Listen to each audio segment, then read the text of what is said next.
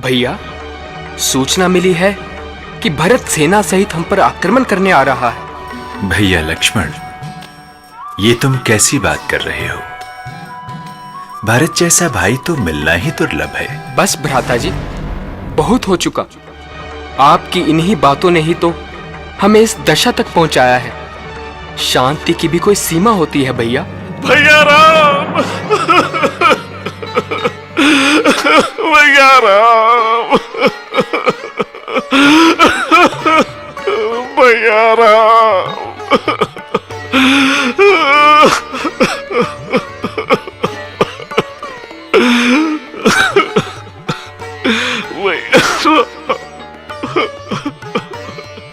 भैया भरत, कहो, चित्त तो प्रसन्न है ना? तुम रो क्यों रहे हो? कोई कारण तो बताओ। लगता है सामने से भैया शत्रुघ्न भी आ रहे हैं। हाँ भ्राता जी। प्यारे शत्रुघ्न, कहो, प्रसन्न तो हो? हाँ भ्राता जी, लेकिन आप चले क्यों आए? हमें बताया तक नहीं। तुम दोनों थक गए होगे, थोड़ा विश्राम कर लो, फिर बताऊंगा। गुरुजी, अयोध्या में सभी प्रकार से कुशलता तो है ना? माताजी और पिताजी कैसे हैं? बेटा, ये कहते हुए बड़ा दुख होता है कि महाराज ने आपके वियोग में प्राण त्याग दिए हैं? क्या कहा?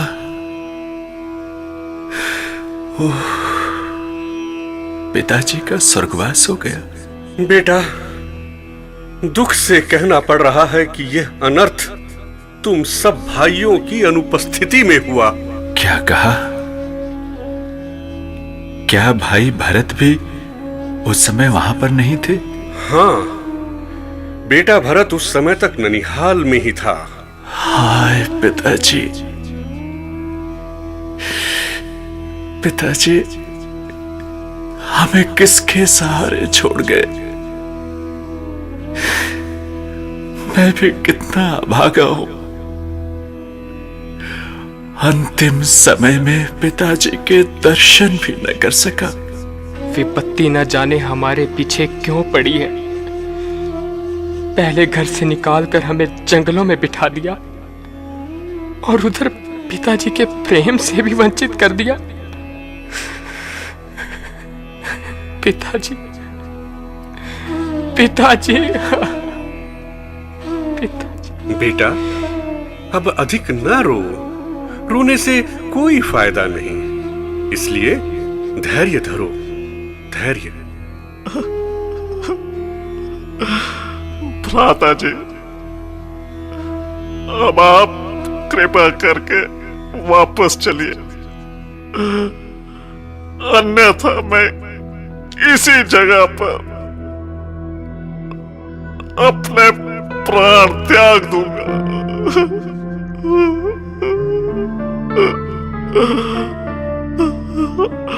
आप अयोध्या चलिए, मैं आपकी जगह 14 वर्षों तक इन वनों में रहूंगा और पिताजी की आज्ञा का पालन करूंगा। प्यारे भरत, तुम ये कैसी बातें कर रहे हो? पिताजी की आज्ञा मेरे लिए है और मेरी आज्ञा तुम्हारे लिए है कि तुम जाकर अयोध्या का राज्यभार संभालो। भ्राता जी, आपकी आज्ञा का पालन करना मेरा धर्म है भ्राताश्री, लेकिन राज सिंहासन पर बैठने का मेरा कोई अधिकार नहीं भ्राताश्री, कोई अधिकार नहीं।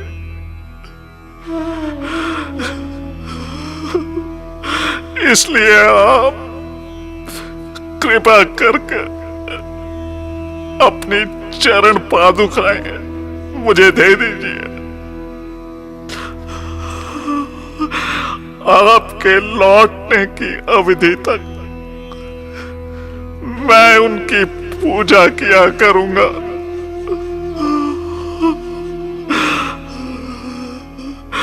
किंतु याद रखिए, यदि आप 14 वर्ष की अवधि के समाप्त होने से एक दिन बाद भी आए तो इस भरत को जीवित नहीं पाओगे। इस भरत को जीवित नहीं पाओगे भ्राताश्री। अच्छा भैया, ऐसा ही होगा। ये लो पादुका।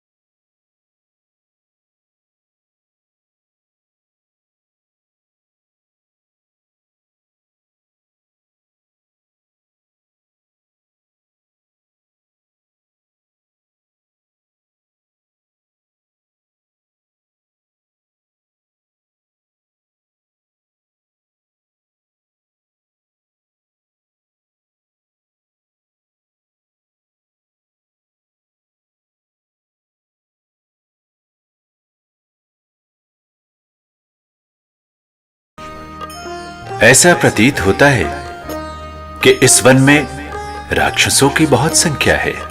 भ्राता जी, आपके होते किस बात का डर है? अजी, आप कौन हैं? यदि अनुचित ना समझे तो अपना परिचय देने का कष्ट करें। हे देवी, हम अवधपति महाराज दशरथ के पुत्र राम और लक्ष्मण हैं, तथा ये मेरी अर्धांगिनी सीता हैं। हम पिताजी की आज्ञानुसार 14 वर्षों के लिए वन में आए हैं। यदि आप अनुचित न समझें तो अपना भी परिचय दीजिए। अजी, मैं लंकापति महाराज रावण की बहन हूँ। मेरा नाम शूर्पणखा है। सुंदरता मेरी आप देख ही रहे हैं। यद्यपि अनेक राजकुमारों की मुझ पर नजर पड़ी, किंतु मैंने किसी को अपने योग्य ना समझा। न जाने आपके नैनों में कैसा आकर्षण है कि मेरा दिल वश में नहीं रहा। इसीलिए आप मुझे अपना लीजिए और अपनी पत्नी बना लीजिए। सुंदरी, यद्यपि तुम सत्य कहती हो, किंतु मैं तुम्हें नहीं वर सकता। कारण कि मेरे साथ मेरी धर्म पत्नी है।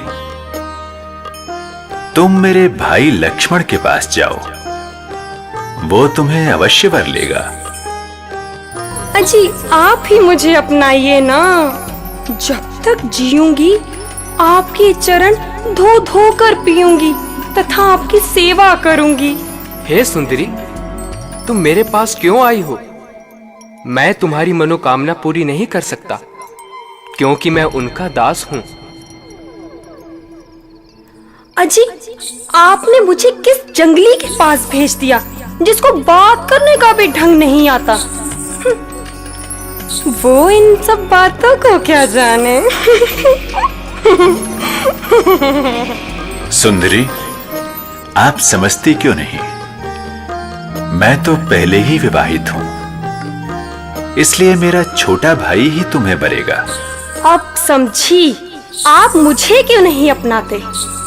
जब तक ये काली कलूटी तुम्हारे साथ है तब तक तुम मुझे नहीं अपनाओगे, इसीलिए पहले इसी को ठिकाने लगाती हूँ। अरे मैंने तुम्हारा क्या बिगाड़ा है जो तुम मेरे गले पड़ती हो? लक्ष्मण, इसकी रग रग में शरारत टपक रही है। हमें तंग करने के पश्चात अब सीता की ओर झपट रही है। जब तक ये दंड नहीं पाएगी तब तक ये यहां से नहीं जाएगी। अरे सुंदरी, जरा मेरे पास आओ। क्यों, आखिर मान ही गए ना? क्यों नहीं, तुम चांद जैसी सुंदर जो हो। अरे अरे अरे, ये क्या कर रहे हो? अरे कुछ नहीं, जरा तेरी मोहब्बत के प्रमाण पत्र पर हस्ताक्षर कर रहा हूँ। हाय रे, मैं मर गई। अरे अन्यायी, तेरी आत्मा को जरा भी दया न आई। अरे तूने मेरी नाक क्यों उड़ाई? अभी मुझे अपने भाइयों के पास जाने तो दे, वो तुम तीनों की मिट्टी ठिकाने लगा देंगे। मर गई। हाँ हाँ, जल्दी जा, कम से कम तेरे भाइयों को भी तो पता चले कि तू कितनी चरित्रवान है। लक्ष्मण, अब हमें हर समय सावधान रहना चाहिए। हाँ भैया, वह दुष्टा अवश्य ही कुछ न कुछ उपद्रव मचाएगी।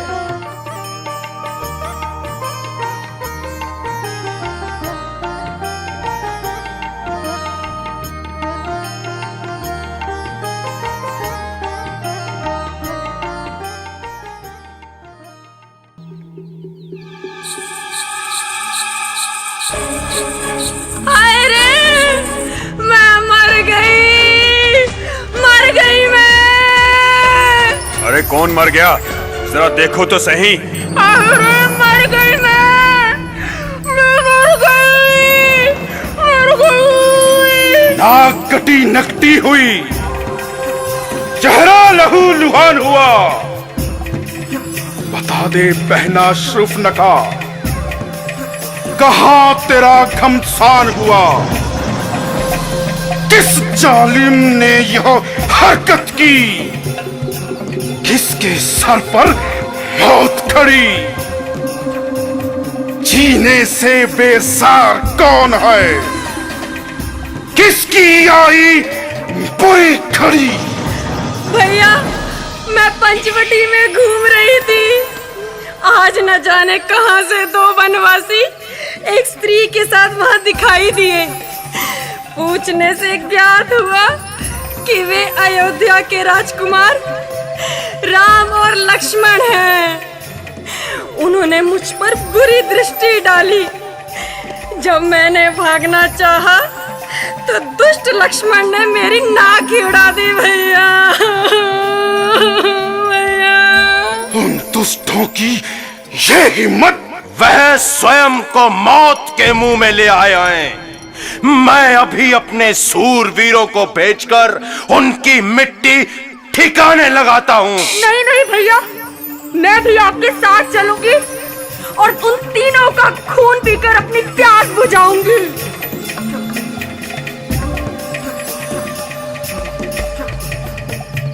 लक्ष्मण, मालूम होता है कि वो दुष्टा अपने साथियों को साथ लेकर आ रही है।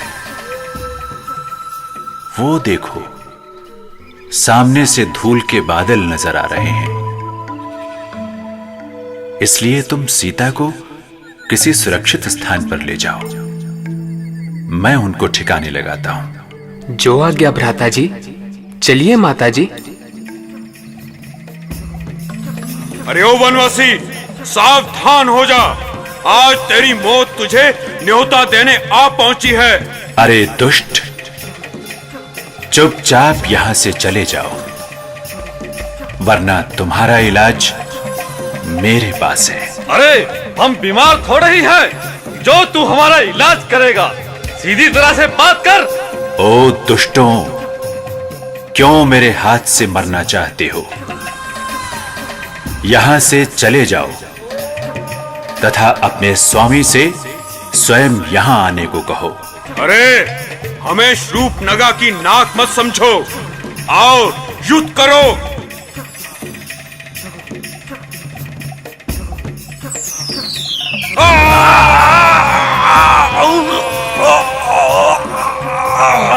कोई सेनाधारी हो तो रणकौशल भी दिखलाए हम।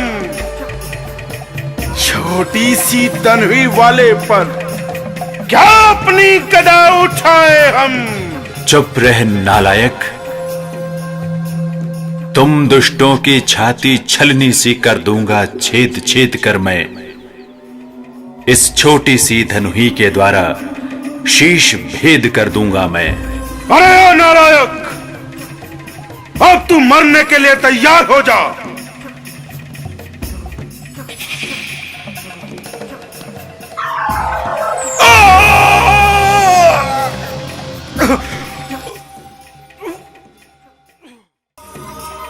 भ्राता जी, आप धन्य हैं जो इतने सारे दुष्टों को अकेले ही समाप्त कर दिया। ये तो साधारण सा युद्ध था। प्राणनाथ, आप थक गए होंगे, अब आप विश्राम कीजिए तथा दासी को चरण सेवा का अवसर दीजिए। प्रिय, यद्यपि मुझे बिल्कुल भी थकान नहीं, किंतु फिर भी मैं तुम्हारी बात नहीं टाल सकता।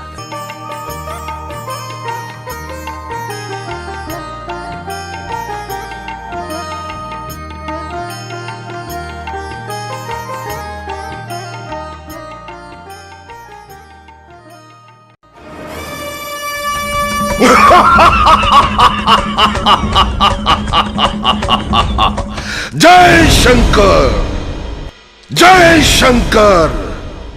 मुझसा तेजस्वी, प्रतापी, बलवान, बहादुर और शूरवीर, जिसकी भुजाओं के बल से सारा संसार भय खाता है, जिसके नाम को हर छोटा बड़ा जानता है, मैं वो रावण हूं जिसने बड़े बड़े योद्धाओं के सिरों को कुचल कर रख दिया, जिसकी गदा ने अनेकों योद्धाओं को मिट्टी में मिला दिया। मैं वही रावण हूं जिसके भय से पृथ्वी और आकाश कांपते हैं, जिसकी गर्जना से गर्भणियों के गर्भ गिर जाते हैं, जिसने बड़े बड़े छत्रपतियों के घमंड को चूर चूर किया है। मैं वही रावण हूं, वही रावण। जय शंकर, जय शंकर। महाराज गजब हो गया, महाराज गजब हो गया। गजब? क्या गजब हो गया? महाराज खर और दूषण सेना सहित राम द्वारा युद्ध में मारे गए। महाराज बेवकूफ, क्या बकता है? खर और दूषण मारे गए? झूठ, सरासर झूठ। ये तो हो ही नहीं सकता। अरे मैं मर गई, मेरे भैया, मैं मर गई।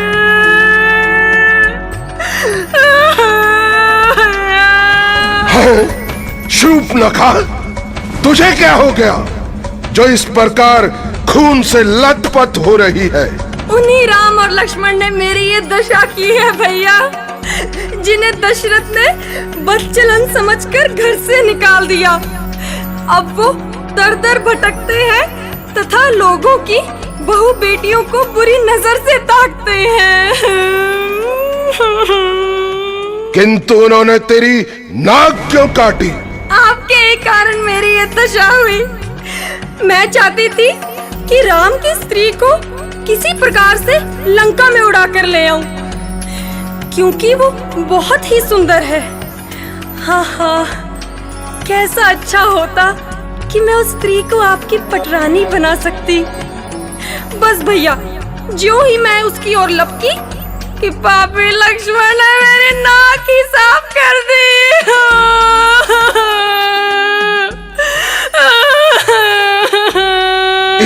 तुझ साहस? क्या उन्हें अपनी मृत्यु का भय नहीं? खैर, तुम महल में जाकर विश्राम करो। मेरे शूरवीर सरदारों, तुम भी जाकर विश्राम करो और मेरी अगली आज्ञा की प्रतीक्षा करो। जब एक अकेली ताकत ने उन सब वीरों को मार दिया, तब निश्चय ही यह सिद्ध हुआ नारायण ने अवतार लिया। क्योंकि मेरे ही समान शूरवीर और बलवान खर और दूषण को मारना कोई साधारण कार्य नहीं। खर और दूषण को भगवान के अतिरिक्त कोई नहीं मार सकता था। वो राम द्वारा मारे गए।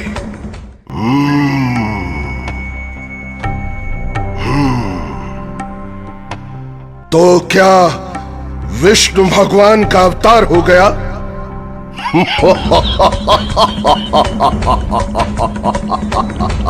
चिंता नहीं। यदि राम एक साधारण मनुष्य है तो वो अवश्य मारा जाएगा, परंतु यदि विष्णु भगवान का अवतार है तो उसके हाथों से मेरी मुक्ति अवश्य होगी।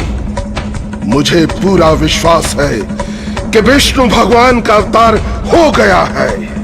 इसलिए मैं सीता का हरण करके राम से वैर बढ़ाऊंगा और अंत में स्वर्ग प्राप्त करूंगा।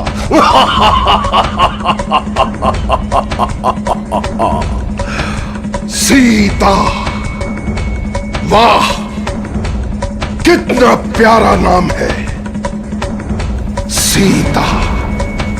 ओ निर्दयी सीता, यद्यपि मैं स्वयंवर में तुझे नहीं जीत सका, परंतु अब अवश्य जीतूंगा और निस्संदेह तू रावण की पटरानी कहलाएगी।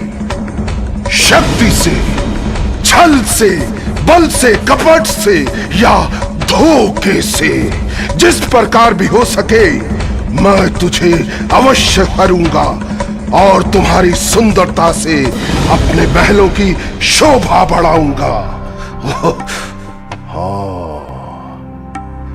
किंतु किसकी सहायता से यह कार्य होगा?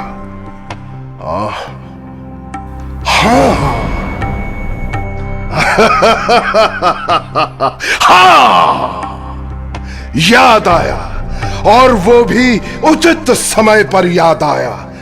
मारीच, कपट विद्या के धनी मारीच। हाँ, उसी की सहायता से ये कार्य सिद्ध होगा। पंचवटी के समीप पहुंचकर मारीच अपनी छल की माया से कंचन मृग का रूप धारण कर लेगा।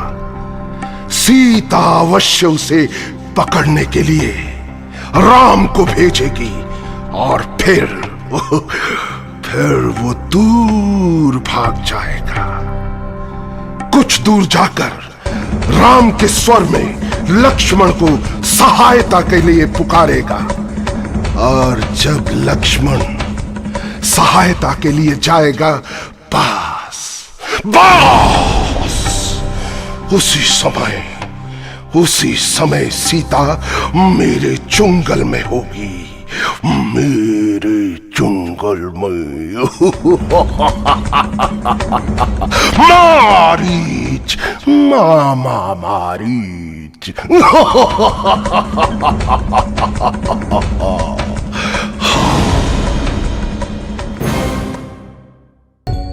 HBC न्यूज 18 के YouTube चैनल को सब्सक्राइब करें और साथ ही बने बेल आइकन को दबाना ना भूलें।